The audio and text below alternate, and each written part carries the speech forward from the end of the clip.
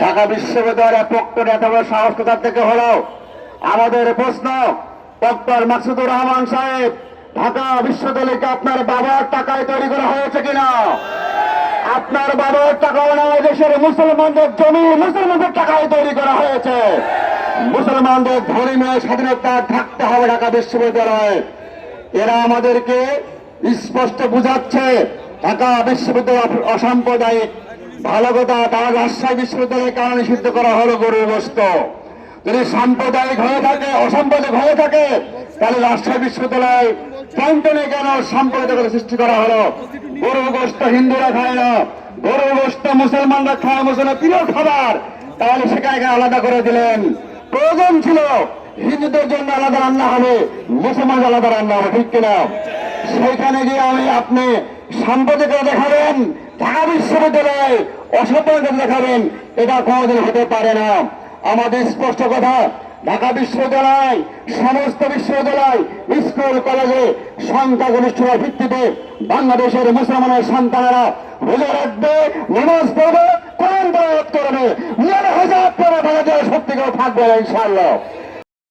ক্ষমতায় তার এই ধারাবাহিকতায় এই কোরআন নাজিলের মাসে কোরআনের আলোচনা করতে দিবে না, ইফতার মাহফিল করতে দিবে না, গরুর গোশত হারাম জিনিসকে হালাল জিনিসকে হারাম করে দিবে, এইটা হতে দেব না বাংলাদেশে। আপনারা জেনে রাখুন, এইটা মুসলমানের দেশ।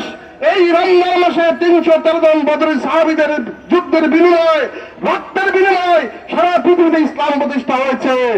বাংলাদেশ ওদের একটা অংশ। মনে রাখবেন, 92 দেশে ভারতীয় সংস্কৃতি প্রতিষ্ঠা করবেন, বহুদিনের কথা, আর বেশি দিনের দূরে নয়, অল্প দিনের মধ্যেই দেখবেন আপনার পতনের ঘন্টা বাজবে ইনশাল্লাহ। মুসলমানের বাংলাদেশে মানুষ এই রমজান মাসে সিয়াম সাধনা করে তাকওয়া অর্জন করবে এবং বাকি 11 মাস সেই আলোকে নিজের জীবনকে পরিচালনা করবে। কিন্তু আজকে আমরা রোজার মাসে সুষ্ঠুভাবে সিয়াম সাধনা করতে পারছি না। রাষ্ট্রযন্ত্র আমাদেরকে সিয়াম পালনের নির্মমভাবে বাধাগ্রস্ত করেছে।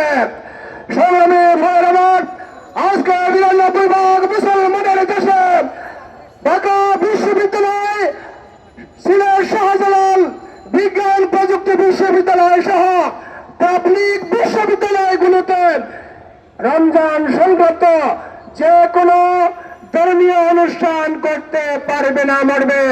তারা আইন পাশ করেছেন।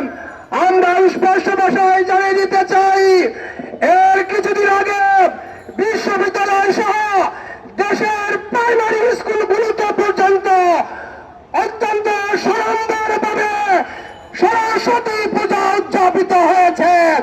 তদন্তগুলো বাধা দেওয়া হয় নাই।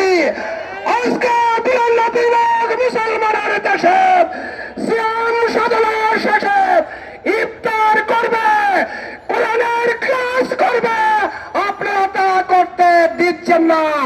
তাহলে ভারতের প্রদত্ত আপনাদের উপর ভর করেছে।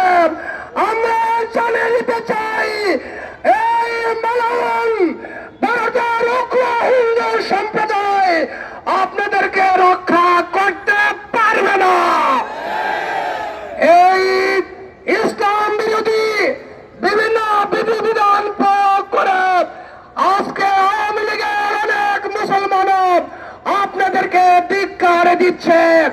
প্রিয় ভাইয়ের আমার, আজকে সরকারের শুভবুদ্ধির উদয় কামনা করছি। যদি আপনাদের কল্যাণ চান, ভালো চান, তাহলে রমজানের বিষয়ে, মাহে রমজান সংক্রান্ত যে সকল সিদ্ধান্ত নিয়েছেন এগুলি প্রত্যাহার করুন এবং 92 ভাগ মুসলমানের কাছে অবিলম্বে ক্ষমা প্রার্থনা করুন।